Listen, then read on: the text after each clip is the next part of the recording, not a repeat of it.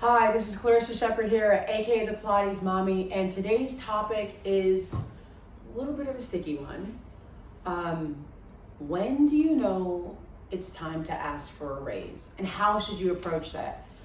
I know myself, I'm currently a studio owner, and I've also been an employee, I've been a contractor, I've been a workshop host, I've been all these different things in Pilates. So I can definitely tell you from personal experience, it can be a tough conversation to have because you're pretty much trying to evaluate your worth within the workplace. So here are a couple of tips that I can tell you. If you just became comprehensively certified, you have value. If you've been comprehensive certified for 2 to 3 years, you have value. If you've been comprehensively certified for 10, 15, 25, 30 years, you have value. Now let's talk about different ways to evaluate that value. Well, if you just got certified with a studio, you first want to look at the market within your area and see what the going rate is.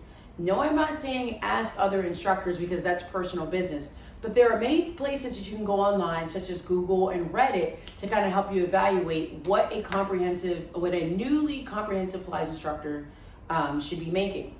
You also then want to take a look at the studio's needs. And if you find that you are working early mornings or late evenings and or picking up shifts, you want to make sure that you document that information. So that way, when it comes time for you to ask for a raise, and I'm speaking to those who've been teaching for a couple years or so, that you are able to lay out a list of all the things that you've done to help contribute to the studio.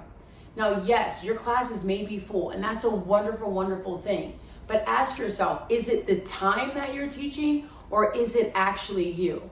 Because a lot of Pilates folks a lot of people who take Pilates love taking classes between 8 to 12 and 5 p.m. all the way to maybe 8 p.m.